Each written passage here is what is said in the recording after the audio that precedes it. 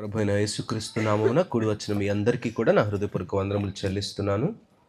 అందరము కూడా ఒక వచనాన్ని చదువుకుందాము. చదువుకొని మనము దేవుని వాక్యాన్ని ఆలోచిద్దాము. తెస్సలోనికీయులకు రాసినటువంటి మొదటి పత్రిక, అపోస్తలుడైనటువంటి పౌలు గారు తెస్సలోనికీయులకు రాసినటువంటి మొదటి పత్రిక 5వ అధ్యాయము 5వ వచనాన్ని మనం చదువుకుందాం. మీరు వెలుగు సంబంధులను పగటి సంబంధులునై ఉన్నారు. మనము రాత్రి వారము కాము, చీకటి వారము కాము. కావున ఇతరుల వలె నిద్రపోక మెలకుగా ఉండి మత్తులము కాక యుందము. రైట్, చదవబడినటువంటి మాటల్ని బట్టి మనము కొన్ని విషయాలని దేవుని వాక్యములో ధ్యానం చేద్దాం. అందరూ నాతో కలిసి ఏకీభించినట్లయితే చిన్న ప్రార్థన చేసుకొని మనము కొన్ని విషయాలు దేవుని మాటలను ఆలోచిద్దాం. ప్రేమ కలిగినటువంటి తండ్రి, పరిశుద్ధుడా, మమ్మలను ఎంతగానో ప్రేమించి భూమి మీద మేము నిలుచుటకు నేటికి మా ఆయుష్ నిలబడి మేము ఇలా మనుగడను కొనసాగించుటకు మీరు క్రీస్తు ద్వారా ఇచ్చినటువంటి కృపను బట్టి వందనములు స్తోత్రములు చెల్లిస్తూ ఉన్నాము. నాయనా, నేటి దినము కూడా మేమందరము కలిసి చిన్న మందగా చేరి మీ వాక్యములోని కొన్ని విషయాలను ఆలోచించుటకు ఈ ప్రాంతమందు చేరి ఉండగా, ఈ ప్రాంతమందు నాయనా మేమందరము కలిసి మీ మాటలను విని ఆ మాటలను మా హృదయాల్లో నింపుకొని మా బ్రతుకులను సరిచేయుటకు, మా బ్రతుకులను మార్చుటకు, మా బ్రతుకులను మీలో ఫలింపచేయుటకు కావలసినటువంటి మాటలను మాకు అనుగ్రహిస్తారని నమ్ముచు నేను నిలవబడి కొన్ని మాటలను ప్రకటించుటకు నిలవబడి ఉండగా, నాయనా నేను కాదు ప్రకటించేది, నా యందు ఉన్నటువంటి ఉపకారాత్మ సహాయముతో మాట్లాడినట్లు కృపచూపమని బ్రతములాడుచు వినుచున్నటువంటి వారందరము కూడా ఆ మాటల ప్రకారం గైకొని మా బ్రతుకులను సరిదిద్దుకున్నటకు మంచి మనస్సును దయచేయమని ప్రభు అయిన క్రీస్తు నామమున మిక్కిలి వినయముతో ప్రార్థన మనవులో అడుగుచున్నాను తండ్రి, ఆమేన్. మంచిదండి, మరొకసారి ఆ మాటని మనం ఆలోచించగలిగితే 5వ అధ్యాయము 5వ వచనములోని మాట భక్తులను గురించి ఉద్దేశించి మాట్లాడుతూ ఉన్నటువంటి మాట. మరలా భక్తులను గురించి ఉద్దేశించి మాట్లాడుతున్నటువంటి మాట, భక్తి హీనులను గురించి కాదు. మొదటి మాట భక్తుల గురించి అయితే, రెండవ మాట భక్తిహీనులను గురించి ఉద్దేశించి మాట్లాడుతున్నటువంటి మాట. కాంటెస్ట్ ఎక్కువగా ముందుకు వెళ్లకుండా ఉండటానికి నేను ఈ మాట మాట్లాడుతున్నాను. కొంతమందినేమో వెలుగువారని బోధిస్తూ కొంతమందిని చీకటి వారిగా పౌలు గారు సంబోధిస్తూ ఉన్నారు. కొంతమందిని వెలుగువారుగా, కొంతమందిని చీకటి వారుగా. వెలుగువారి క్రియలు ఎలా ఉండాలి, చీకటి వారి క్రియలు ఎలా ఉంటాయి అని చెప్పి ఆయన మాట్లాడుతూ ఉన్నటువంటి కొన్ని మాటలు ఇక్కడ రాయబడి ఉన్నాయి. మరలా ఇప్పుడు ఆ మాటను మనం చదువుదాం. అందరిని ఉద్దేశించి, దేవునిలోనికి వచ్చినటువంటి వారందరినీ ఉద్దేశించి మాట్లాడుతున్నటువంటి మాట. మీరందరూ కూడా వెలుగు సంబంధులు, పగటి సంబంధులునై ఉన్నారు.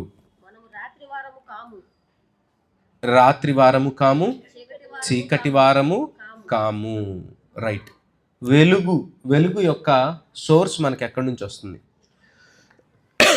వెలుగు ఎక్కడి నుంచి మనకు వస్తుందంటే, వెలుగులో ఉంటే చీకటి కనిపించదు, భయం కనిపించదు.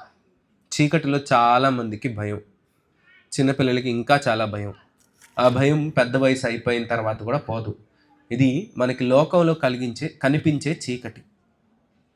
చీకటిలో నడవాలంటే భయం, ఏం జరుగుతుందో తెలియదు. ఇప్పుడే నేను అక్కడి నుంచి వస్తున్నాను, చిన్న పాము అటు నుంచి అటు దాటుతుంది. చిన్నది, చాలా చిన్నది.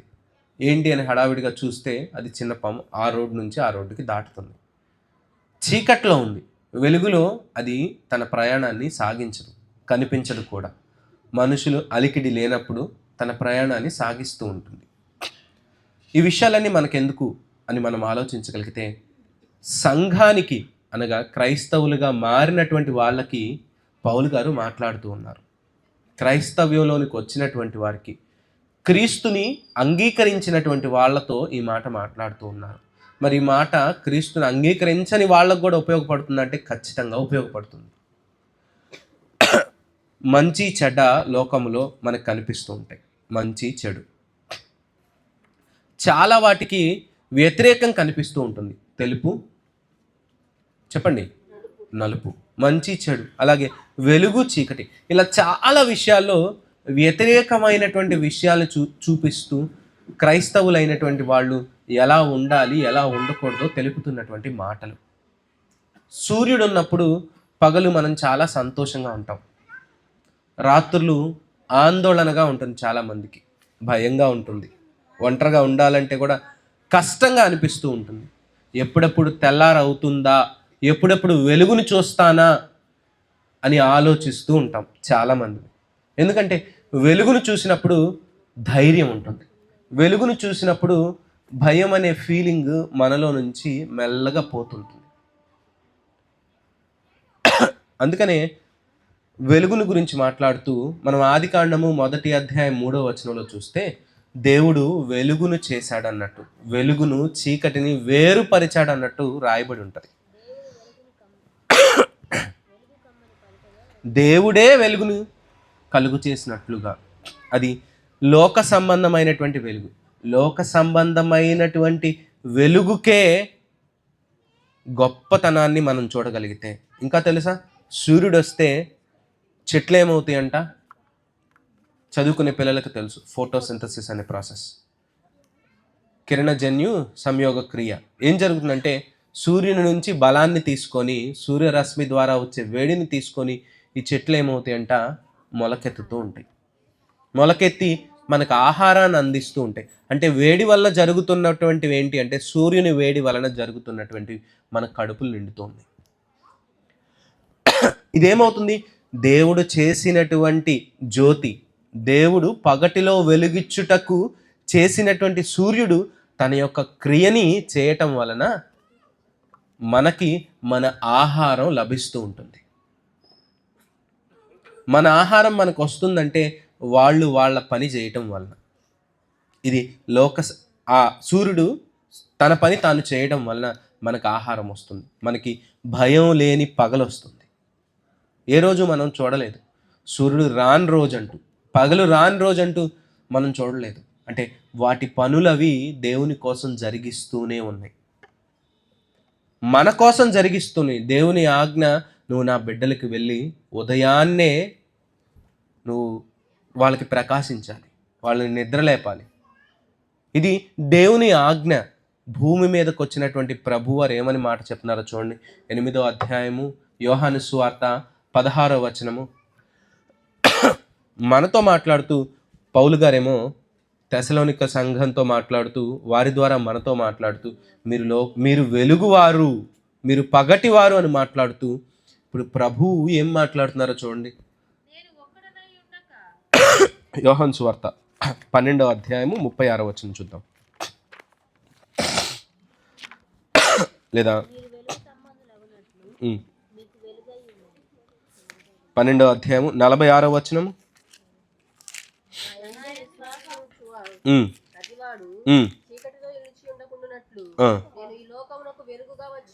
ప్రభువారు ఏంటంట? లోకమునకు వెలుగు. ఏ వెలుగు?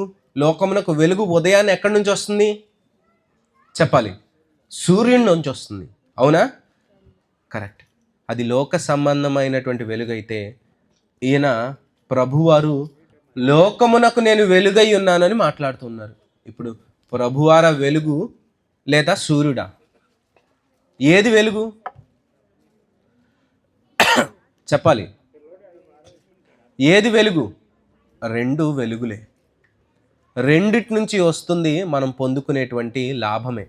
అయితే సూర్యుని వెలుగు భూ సంబంధమైనటువంటి వెలుగు, ప్రభువారి వెలుగు ఆత్మ సంబంధమైనటువంటి వెలుగు. ప్రభువారి వెలుగు ఆత్మ సంబంధమైనటువంటి వెలుగు. సూర్యుడు భూ సంబంధమైనటువంటి కార్యక్రమాలకి, మన ఆహారం కోసం ఉపయోగపడేటువంటి చర్యలకి సహాయపడుతూ ఉంటాడు. కానీ ప్రభువారు మాట్లాడుతున్నటువంటి మాట, నేను మీకు వెలుగై ఉన్నాను, నేను మీకు వెలుగునై ఉన్నాను, నేను లోకమునకు మొత్తానికి వెలుగై ఉన్నాను. మనం ఆలోచిస్తే సూర్యుడు మన వైపు ఉంటే వేరే భూభాగంలో ఉన్నటువంటి వాళ్ళకి, అనగా భూమి గుండ్రంగా ఉంటుంది, సూర్యుడు ఒక పక్కే ప్రకాశిస్తాడు, మరో పక్క చెప్పాలి ఇప్పుడు మనకి ఉదయము, ఇప్పుడు మనకి రాత్రి, అవతల భూమికి అవతల ఉన్న వాళ్ళకి చీకటి లేదా పగలు. ఇప్పుడు మనకి చీకటి అయితే వాళ్ళకి పగలు, వాళ్ళకి చీకటి అయితే మనకి పగలుగా ఉంటుంది. అంటే సూర్యుడు అన్ని ప్రాంతాల్లో ఉండలేడా అంటే, అన్ని సమయాల్లో వెలుగునివ్వలేడా అంటే, తనకు నిర్ణయించిన కాలం వరకే వెలుగునివ్వగలుగుతూ ఉన్నాడు.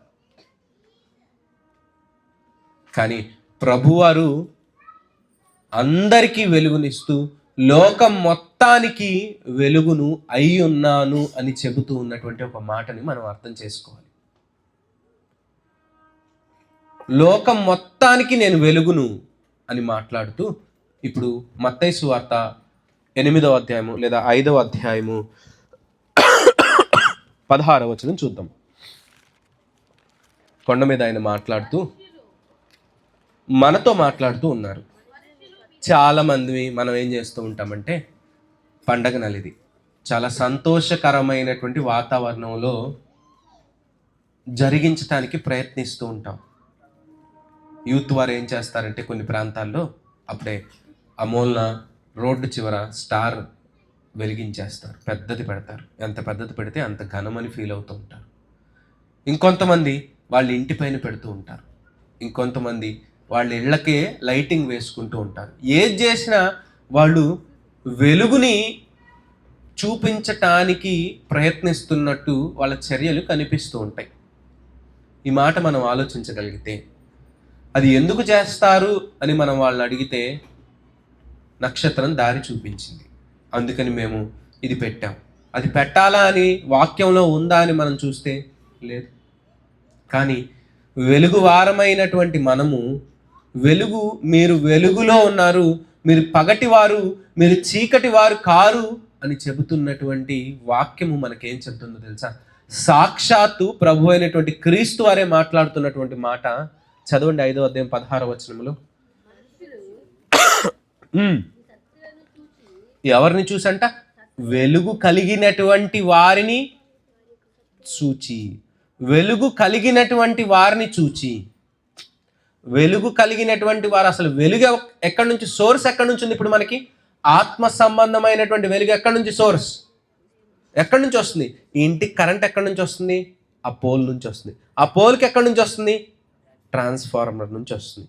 అది ఎక్కడి నుంచి వస్తుందంటే ఎక్కడో ఉన్నటువంటి కరెంటు ఉత్పత్తి చేసే ప్రాంతం నుంచి వస్తుంది.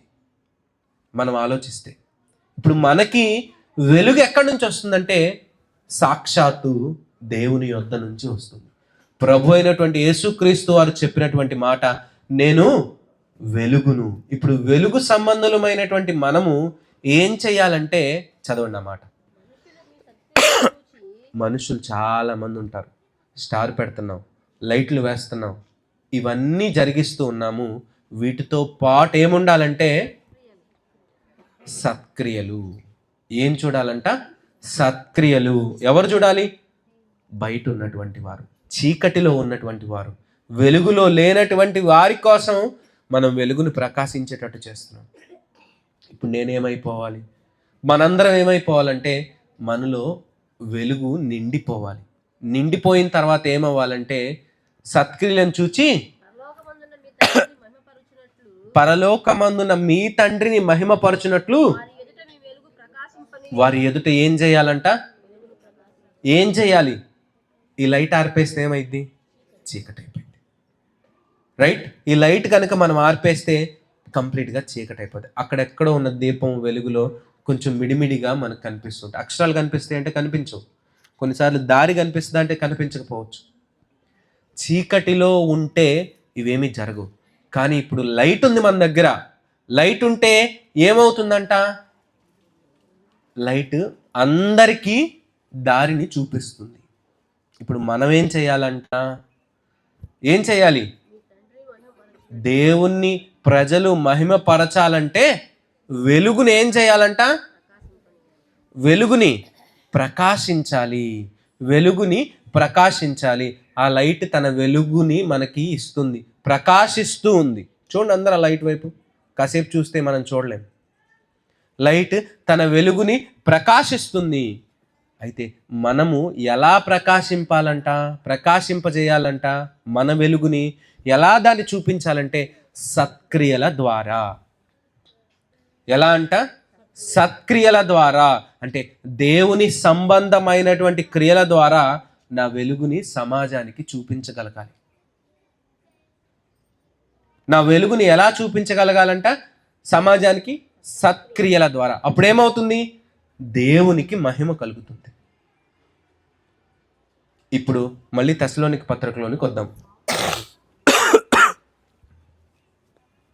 పౌలు గారు ఈ మాటను మాట్లాడుతూ మనందరికీ మళ్ళీ జ్ఞాపకం చేయదలుచుకున్నాడు. అందరికీ ఎందుకు జ్ఞాపకం చేస్తున్నాడు? ఆయన ఎందుకు జ్ఞాపకం చేయాలనుకుంటున్నారంటే మనం నివసిస్తున్నది చీకటితో, మనం బ్రతుకుతూ ఉన్నది చీకటి సంబంధులతో, మనం నిత్యం కాలాన్ని గడుపుతూ ఉన్నది చీకటి రాజ్యమేలుతున్నటువంటి ప్రాంతములు, అంధకార సంబంధమైనటువంటి క్రియలని జరిగిస్తున్నటువంటి ప్రాంతముల్లో మనం నివసిస్తూ ఉన్నాం.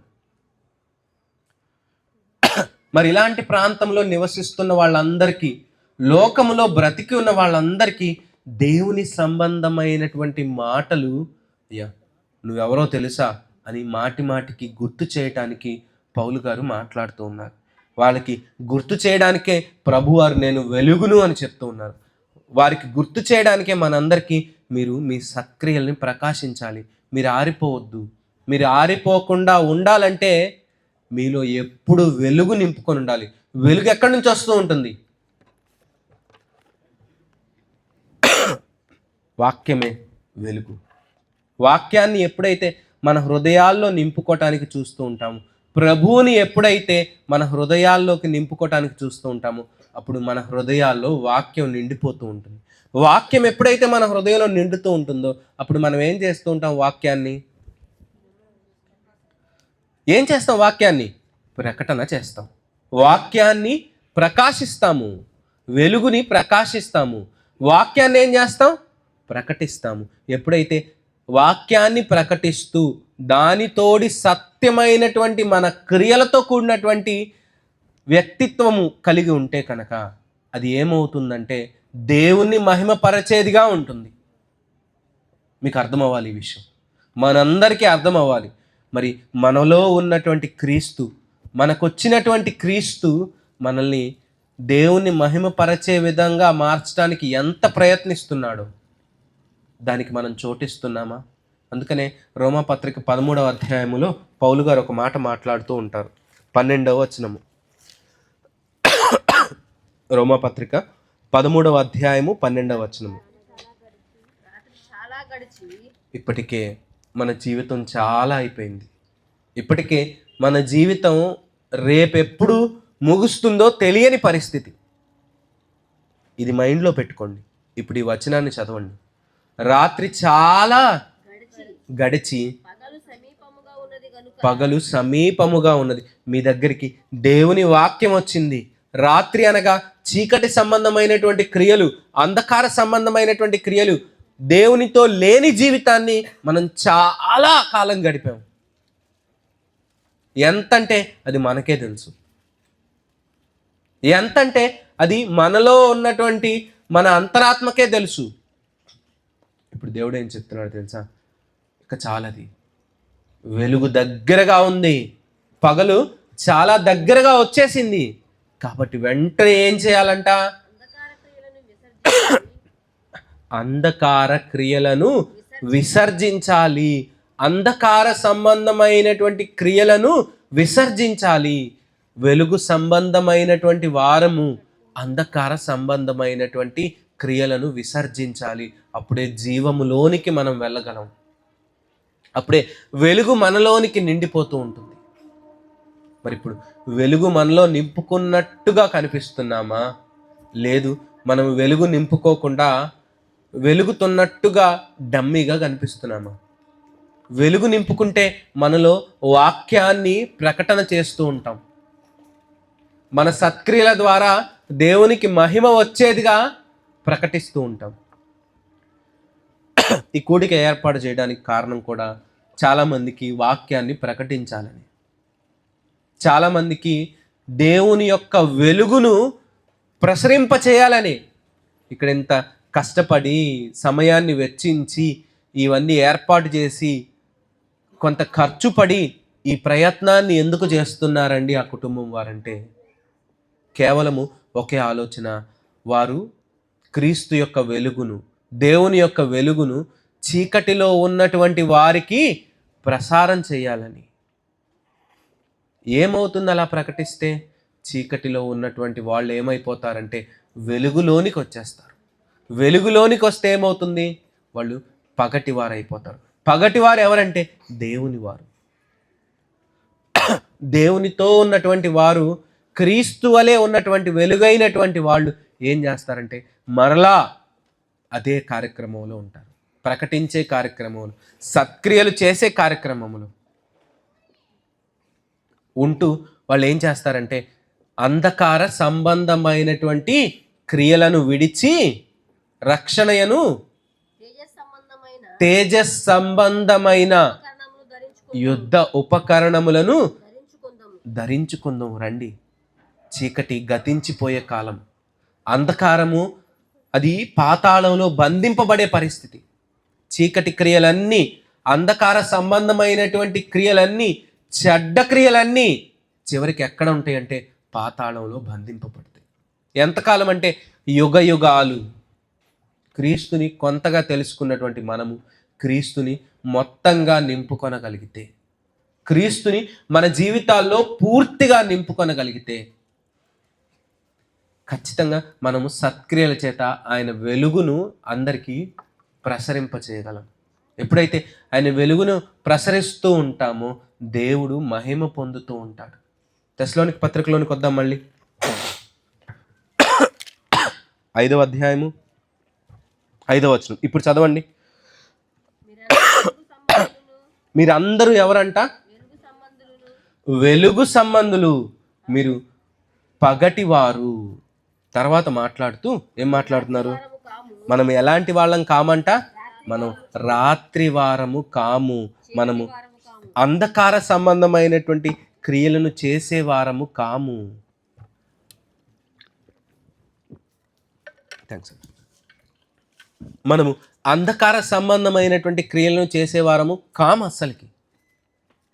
ఇది దేవుడు చెబుతున్నటువంటి మాట, సంఘముతో చెబుతున్నటువంటి మాట. ఎందుకు? మనం ఇలా ఉండకూడదు అని చెప్తూ కింద మాట్లాడుతూ ఉన్నారు చూడండి. వేరే వాళ్ళు ఏం చేస్తారంట? వాళ్ళలో వెలుగు లేని వాళ్ళు ఏం చేస్తారంట?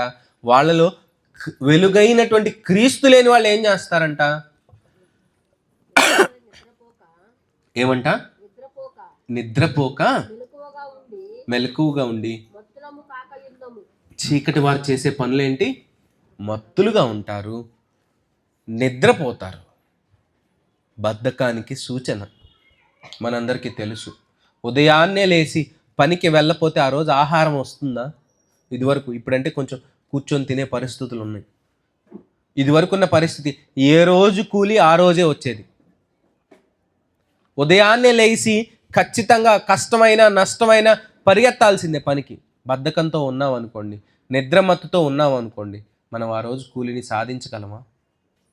ఇప్పుడు ఉన్నటువంటి పరిస్థితుల్లో అప్పులు ఎక్కువగా వస్తున్నాయి, లోన్లు తీసుకునే అవకాశం ఉంది. ఇదివరకు పరిస్థితుల్లో ఈ నెల వచ్చిందంటే చాలామంది క్రైస్తవ తల్లిదండ్రుల్లో ఒక బెంగ వస్తుంది.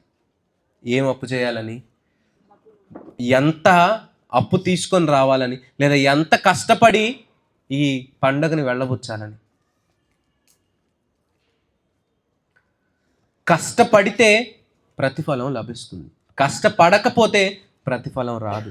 చీకటి వారు చాలా సౌకర్యవంతమైన బ్రతుకును బ్రతుకుతూ ఉంటారు, విలాసవంతంగా నిద్రపోతూ ఉంటారు.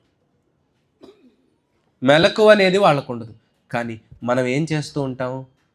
ప్రకాశించే వారముగా, పగటి వారముగా, వెలుగు వారముగా. సూర్యుడు వచ్చి ఉదయాన్నే ఏం చేస్తాడు? వెలుగును ప్రకాశిస్తాడు. ఆ వెలుగు కిరణాలు మొహం మీద పడిన వెంటనే ఏం చేస్తాం మనం? చెప్పాలి. నిద్రలేస్తాం, అవునా? పడుకున్న వాళ్ళం ఏం చేస్తాం? నిద్రలేస్తాం ఖచ్చితంగా. ఎక్కువ వేడి మొహానికి తగులుతూ ఉంటుంది అనుకోండి, వెంటనే ఏం చేస్తాం? మెలకు వస్తుంది. ఎందుకు వస్తుంది?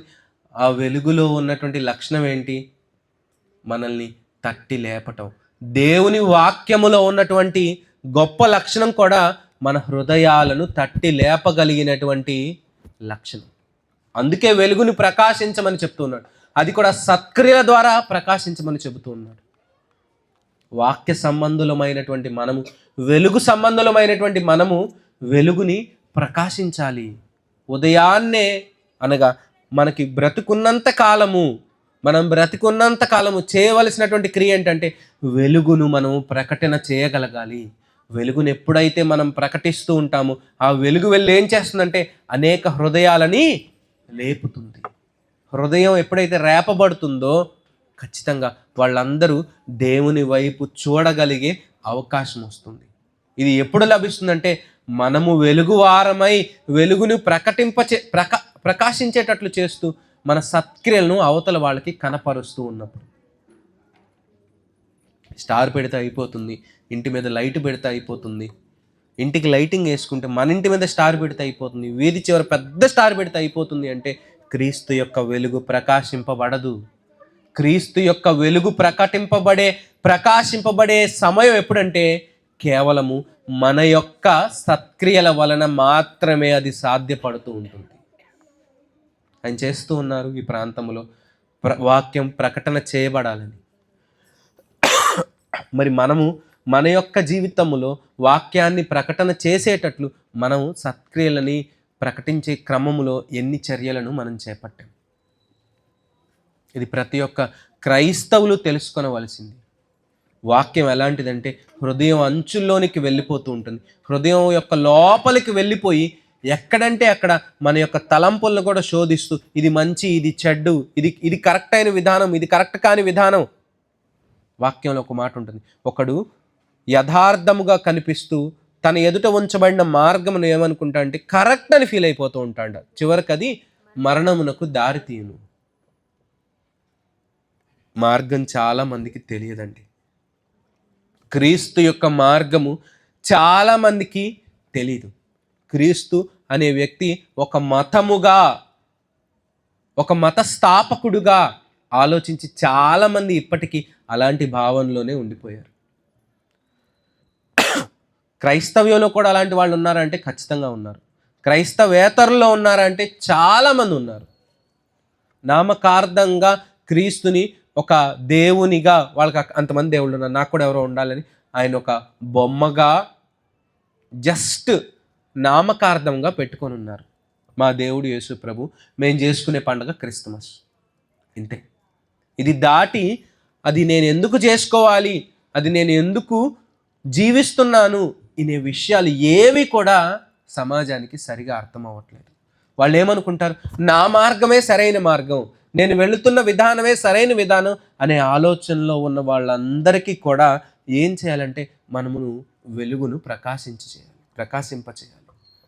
వాక్యపు వెలుగులను ఎప్పుడైతే అవతలి వాళ్ళకి మన క్రియల ద్వారా తెలియపరుస్తూ ఉంటామో దేవుడు మహిమపరచబడతాడు, వాళ్ళ హృదయాలు కదిలింపబడతాయి. చాలా ప్రాంతాల్లో ఈ తెసలోనిక సంఘంలోని వారికి కూడా ఆ ప్రాంతానికి వెళ్ళి, మాసిదోనియా అనే ప్రాంతంలో ఈ సంఘం ఉంటుంది, ఈ ప్రాంతం ఉంటుంది, ఈ ఊరు ముఖ్య పట్టణం. ఆ ప్రాంతానికి వెళ్ళి పౌలు గారు సువార్తని ప్రకటిస్తూ ఉన్నప్పుడు వీళ్ళు అన్యులు, క్రీస్తుని నమ్మనటువంటి వాళ్ళు, చాలా ఘర్షణలు జరిగిపోతాయి.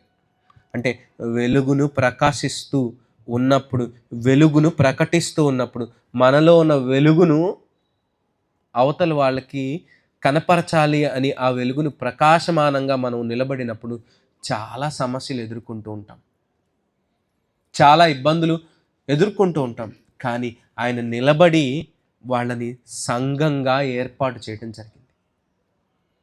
ఆ సంఘాన్ని, ఆ ప్రాంతంలో వారిని ఒక సంఘంగా ఏర్పాటు చేసి ఆయన వెళ్ళిపోతే ఆ సంఘంలోని వాళ్ళందరూ కూడా చాలా ప్రాంతాలకి ఆ సువార్తని ప్రకటించారంట. ఒక్క మాట చూద్దాం, మొదటి అధ్యాయం అదే తెసలోనిక పత్రికలోని మాట.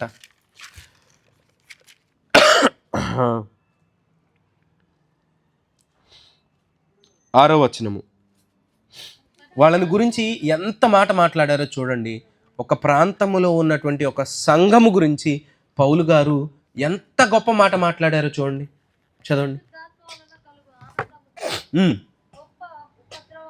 నేను చాలా సంతోషంగా ఉన్నాను, మీరు ఉపద్రవం అందు కూడా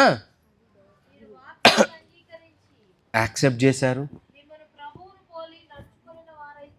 మమ్మును చదవాలి, సరిగ్గా చదవాలి, మమ్మును ప్రభువును. ఎంత గొప్ప విషయం తెలుసా? క్రైస్తవులందరూ ప్రభు మాట్లాడుతూ ఉంటారు, నేనే మార్గము, నేనే సత్యము, నేనే జీవము. మార్గమైనటువంటి ప్రభు మార్గంలో మనం వెళ్ళవలసిన వారంగా ఉన్నాం. అవునంటారా కాదంటారా? ప్రతి వారం మనం వినేది, ఎక్కడికి వెళ్ళినా వినేది, ఎక్కడైనా చూసేది క్రీస్తు, యేసుక్రీస్తు, యేసుక్రీస్తు, యేసుక్రీస్తు. యేసుక్రీస్తు ఒక మార్గంగా కనిపిస్తే ఈ సంఘములో ఉన్నటువంటి వాళ్ళు ఏం చేశారంట? ప్రభువుని పోలి నడుచుకున్నారని పౌలు గారు కొరింథీ పత్రికలో వాళ్ళకు, నేను ప్రభువుని పోలి నడుచుకున్నాను. ఈ సంఘములోని వాళ్ళు కూడా ప్రభువుని పోలి నడుచుకుంటున్నారంట. ఎంత గొప్ప విషయం ఆలోచించండి. అంటే వాళ్ళు వెలుగు సంబంధులుగా తమ యొక్క ప్రకాశాన్ని అనగా సత్క్రియల ద్వారా వాక్యాన్ని అనేక ప్రాంతాలకు వెల్లడిపరిచారంట. అదే విషయం కింద రాయబడి ఉంటుంది చూడండి, 8వ వచనము, 7, 8 కలిసి ఉంటాయి. కాబట్టి మాసిదోనియాలోను అకయాలోను విశ్వాసులందరికీ పౌలు గారు వచ్చి ఏం చేశారంటే వీళ్ళకి ఆ వెలుగుని అంటించారు. క్రీస్తు అనే వెలుగుని వీళ్ళకి అంటించి వీళ్ళని కూడా వెలిగించారు. నేను మీకు వెలుగై ఉన్నాను, మీరు కూడా వెలుగై ఉన్నారు అని పౌలు గారు క్రీస్తు వారు ఆయన గురించి శిష్యులతోనూ మన గురించి మాట్లాడుతూ, ఇప్పుడు పౌలు గారు వెలిగిపోయారు. వెలిగిపోయిన పౌలు గారు ఒక ప్రాంతంలోని వాళ్ళందరినీ వెలిగించారు. ఈ ప్రాంతంలోని వాళ్ళందరూ ఏం చేశారంట చూడండి. కాబట్టి మాసిదోనియాలోను అకయాలోను విశ్వాసులందరికీ మాదిరి అయితారు. ఎందుకనగా మీ యొద్ద నుండి ప్రభు వాక్యము మాసిదోనియాలోను అకయాలోను, ఆ ప్రాంతంలో వాళ్ళకి వీళ్ళు రోల్ మోడల్ అయిపోయారంట. ఎవరు? తెసలోనికలో ఉన్నటువంటి సంఘపు వారు. ఏం చేసి రోల్ మోడల్స్ అయిపోయారు వీళ్ళు? ఏం చేసి వాళ్ళు మాదిరిగా కనిపిస్తున్నారంటే వెలుగుని వాళ్ళు ఆ ప్రాంతములో క్రీస్తు యొక్క వెలుగుని ప్రకాశించారు. పౌలు గారు వెలిగించినటువంటి చాలామంది వెళ్ళిపోయి అనేక ప్రాంతాల్లో చాలా ఎక్కువగా ఉంటుంది చూడండి, అక్కడ మోగెను అంటే చాలా గట్టిగా సువార్తని వినిపించి వాళ్ళకు కూడా మాదిరి అయిపోయారంట. అవునా? ఆ సంఘంలోని వాళ్ళు లేదా ఆ తెస్సలోనిక ప్రాంతంలోని వాళ్ళు ఇలా చేస్తున్నారా? అయితే మేము కూడా అలానే చేస్తాం. మాదిరి అంటే అదే కదా, ప్రభు మనకి మాదిరి. ప్రభువును పోలి వీళ్ళు నడుచుకున్నటువంటి వాళ్ళగా ఉన్నారు. అంటే చైన్ ఎలా వస్తుందో చూడండి. ప్రభు వెలుగై ఉంటే, అపోస్తలు వెలుగై ఉంటే, పౌలు గారు వెలుగై ఉంటే, ఆ వెలుగు అలా అలా అలా పాస్ అవుతూ తెస్సలోనిక సంఘం వరకు వచ్చింది.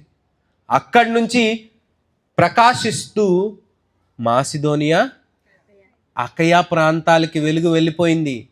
అంటే వీళ్ళు ఏ పనిలో ఉన్నారు? వాళ్ళు దేవుని యొక్క కార్యక్రమాల్లో ఉన్నారు. పండగలు చేసుకునే పనిలో కాదు. పండగ పేరుతో వెలుగులు, కృత్రిమమైనటువంటి వెలుగులను ప్రకాశించే పనిలో కాదు. అందుకే తేజస్ సంబంధమైనటువంటి యుద్ధోపకరణములను ధరించుకొనుడి, అంధకార సంబంధమైనటువంటి క్రియలను విసర్జించేసేయండి, వదిలిపెట్టేసేయండి. కృత్రిమమైన వాటిపైన డిపెండెన్సీ వద్దు, ఆధారపడాల్సినటువంటి అవసరం లేదు. ఇప్పుడు మనం ఏం ధరించుకోవాలంట? వెలుగు సంబంధమైనటువంటి వస్త్రాలని, యుద్ధ ఉపకరణములను మనం ధరించుకోవాలి. వాక్యం మనకి సెలవిస్తుంది అదే. చీకటి, మళ్ళీ తెస్సలోనిక పత్రిక 5వ అధ్యాయంలోనికి వచ్చేద్దాం. 10వ వచనం, 9 సగం. ప్రభు అయిన యేసు క్రీస్తు ద్వారా రక్షణ పొందుటకే నియమించెను కానీ మనం వెలుగువారంగా ఉంటున్నామా లేదా? మనం వెలిగించేటట్లుంటున్నామా లేదా? ఆ కాలములో ఎంతమందిని వాళ్ళు వెలిగిస్తూ వస్తున్నారో, ఎంతమందికి వాళ్ళ వెలుగును ప్రకాశమానంగా చూపిస్తూ వస్తున్నారో క్రియల ద్వారా మనకు కనపడింది వాక్యంలో. ప్రభువారే క్రియల ద్వారా శిష్యులకు నేర్పించి ఆ కాలంలో ఉన్న వాళ్ళకి నేర్పించారు. చాలా సంఘాలను కడుతూ, చాలా ప్రాంతాల్లో ఇబ్బందులకు గురైపోతూ శిష్యులు వారి యొక్క వెలుగును ప్రకటించారు. పౌలు గారు అదే క్రమములో, తెస్సలోనిక సంఘం అదే క్రమములో మాదిరిగా తీసుకొని, వాళ్ళని మాదిరిగా తీసుకున్నటువంటి అకయ, మాసిదోనియా వాళ్ళు అదే క్రమంలో ఉన్నారు. మరి మనల్ని ఎందుకు పిలిచాడో తెలుసా? మనం రక్షణ పొందటానికి పిలిచాడు. కాబట్టి మనం పగటి వారము, మనం వెలుగు సంబంధులమని ఎప్పటికప్పుడు జ్ఞాపకం చేసుకోవాలి. పగటి వారము, వెలుగు సంబంధం కాదనుకోండి, మనల్ని ఏమంటారు? చీకటి వారు, చీకటి సంబంధులు, రాత్రి సంబంధులు. రాత్రి సంబంధులు ఏమైపోతారంట? ఉగ్రతకు పాత్రులగుటకు నియమింపలేదు. వెలుగు వారిని దానికి నియమింపలేదు, చీకటి వారిని దానికే నియమించాడు. కాబట్టి ఈ దినమందు మనం అర్థం చేసుకొనవలసింది, మనం ఆలోచించవలసింది ఏంటండి అంటే, కృత్రిమైనటువంటి వెలుగులతో, లోకములో ఉన్నటువంటి వెలుగులతో బహుశా మన ఇళ్ళని అలంకరించుకోవచ్చు, చాలా ప్రాంతాల్లో జరుగుతూ ఉండొచ్చు. కానీ మనము మన హృదయములను వాక్యం అనే వెలుగులతో, క్రీస్తు అనే వెలుగుతో నింపుకుంటే మనం కూడా ప్రకాశిస్తాం. మనం ఎప్పుడైతే ప్రకాశిస్తూ ఉంటామో క్రీస్తు వలన అవతల వాళ్ళ మనస్సులు కూడా మారే అవకాశం చాలా ఉంటుంది. అలా ఉండాలంటే మనము అంధకార సంబంధమైనటువంటి క్రియలను విసర్జించి వెలుగు సంబంధమైనటువంటి ఉపకరణాలు, యుద్ధోపకరణాలని ధరించుకోవాలంటే ముందు వాక్యం దగ్గర మనం సాగిలపడగలగాలి. దేవుని దగ్గర మనల్ని మనం సమర్పించుకోగలగాలి. నాకేం తెలీదు, అంతా నువ్వే నడిపించని మన చేతిని దేవునికి అప్పగించుకోగలగాలి. సమస్తాన్ని చేయగలిగినటువంటి దేవుడు ఆయన. నిజంగానే ఆ కాలంలో యోసేపు గారు ఆయన యొక్క దేవుని యొక్క వెలుగును ఆ ప్రాంతంలో ప్రసరింపచేశాడు. దానియేలు గారు మనందరికీ తెలుసు, ఎలాంటి పరిస్థితులైనా నేను ఏమాత్రము ఎవరికి మొక్కను, ఎలాంటి ప్రతిమలకు నేను మొక్కను, ఎలాంటి మీరు చేసినటువంటి విగ్రహారాధన నేను చెయ్యను, రాజు నియమించినటువంటి శాసనాలను కూడా నేను లెక్క చేయను, దేవుడు నాకు ముఖ్యమని దేవుణ్ణి ప్రకటించేటట్లుగా, సమాజం అంతటికి కనిపించేటట్లుగా తన వెలుగుని ప్రకాశించాడు. మహా అయితే శిక్షల పాలయ్యాడు, శిక్ష పాలయ్యేంత వరకు కష్టపడ్డాడు. కానీ దేవునిపై నమ్మకం ఉంటే సింహాల నోళ్ళు కూడా ఏమైపోయినాయి? మూతబడిపోయినాయి. చక్కగా బయటకు వచ్చేసాడు. అగ్నివాసన లేకుండా షడ్రకు, మెషకు, అబేద్నెగోలు బయటకు వచ్చేసారు. వెలుగుగా మనం ఉంటే దేవుడు ఎలాంటి పరిస్థితుల్లోనైనా మనకి కాపుదల్ని దయచేయగల సమర్థుడు అని రుజువుపరిచాడు దేవుడు. దయచేయకపోయినా ఏమి ఇబ్బంది లేదు, దేవునితో నిత్యమైనటువంటి వెలుగులో ఉండగలిగేటువంటి స్థితిని మనకు దయచేస్తాడు. ఈ విషయాన్ని మనందరం మనసులో లక్ష్య పెట్టాలని మనవి చేస్తూ నా ఈ మాటలు ముగిస్తున్నాను. ప్రార్థన చేసుకున్నాను. ప్రేమ కలిగిన తండ్రి, పరిశుద్ధుడా, సమీపింపరాని తేజస్సులు మీరు మాత్రమే ఉంటూ మీ కుమారుని ద్వారా మమ్మల్ని కూడా అక్కడికి చేరుస్తానని మాటిచ్చారు నాయన. ఆయన భూమి మీదకి వచ్చి చీకటిలో ఉన్న వారికి వెలుగుని ప్రకాశించారు, అందరినీ వెలుగులోనికి రప్పించారు. మాకదే బోధగా చేసి మీరు చీకటిలో ఉన్న వారికి వెలుగును ప్రకాశింపచే నిమిత్తం ఏర్పరచబడిన వంశమని మా గురించి మాట్లాడి ఆయన నియమించారు. చాలా విషయాలు మేము వాక్యంలో అర్థం చేసుకుంటే, చాలా ప్రాంతాల్లో నాయన మీ వెలుగుని ప్రకటించే వారుగా ఉన్నవారు అనేకులు మాకు కనిపిస్తూ ఉన్నారు. మా ప్రాంతంలో మేము మీ వెలుగుని ప్రకాశింపచేసినట్లు సత్క్రియ ద్వారా మీ యొక్క వాక్యమును అవతల వాళ్ళకు తెలియపరచునట్లు మేము మా బ్రతుకులను సరిచేసుకొనుటకు, మాలో ఉన్నటువంటి చీకటి క్రియలను, చాలా కాలం చేసినటువంటి ఆ చీకటి క్రియలను మేము వదిలిపెట్టి అంధకార సంబంధమైనటువంటి విషయాలను విసర్జించి తేజస్ సంబంధమైనటువంటి యుద్ధోపకరణములను ధరించుకుని ముందుకు కొనసాగగలిగే భాగ్యాన్ని మీ ఆత్మ సహాయం చేత మా అందరికీ దయచేస్తారని నమ్ముచు ఇప్పటి వరకు మీరు మాకు తోడుగా ఉండి నడిపించారు. అందును బట్టి మీకు కృతజ్ఞతలు నాయన. ఈ కుటుంబం ద్వారా ఏర్పాటు చేయబడుతున్నటువంటి వారం వారము ఈ యొక్క ఇంటి వద్దకే సువార్త కార్యక్రమంలో మీరు తోడుగా ఉండి నడిపిస్తూ ఉన్నారు. ఏ అంతరాయము లేకుండా జరిగిస్తూ ఉన్నందుకు కృతజ్ఞతలు చెల్లిస్తూ ఆ కుటుంబానికి వచ్చిన వారందరికీ రావాల్సినటువంటి మెండైన దీవెనలు, ఆశీర్వాదాలు దయచేయమని, వచ్చినటువంటి వారిలో ఏ అవసరతలు అక్కర్లైతే ఉన్నాయో మీ చిత్తమైతే తీర్చండి. స్వస్థతలు లేని వారికి మీ చిత్తమైతే స్వస్థతను దయచేయండి. ఏది చేసినా ఏమి చేసినా అది తాత్కాలికమైన మేము అందరము గుర్తెరిగి ఆత్మ సంబంధమైనటువంటి స్వస్థత మేము అందరము పొంది అందులో లోపాలుంటే సరిచేసుకుంటూ ముందుకు కొనసాగలిగి ఒక్కొక్క మెట్టు ఎక్కుతూ పరలోకము చేరేవారిగా మేమందరము ఉండునట్లు ఈ కార్యక్రమం ద్వారా కృప చేయమని బ్రతిమలాడుకొనుచు మా ప్రభువు, మా అందరి రక్షకుడు, మా పాప విమోచకుడు, లోకమునకు వెలుగై మమ్మల్ని వెలుగుగా చేసినటువంటి క్రీస్తు వారి పేరట కృతజ్ఞతలు చెల్లించి ప్రార్థిస్తున్నాను తండ్రి. ఆమెన్. అందరికీ నా హృదయపూర్వక వందనములండి. Thank you.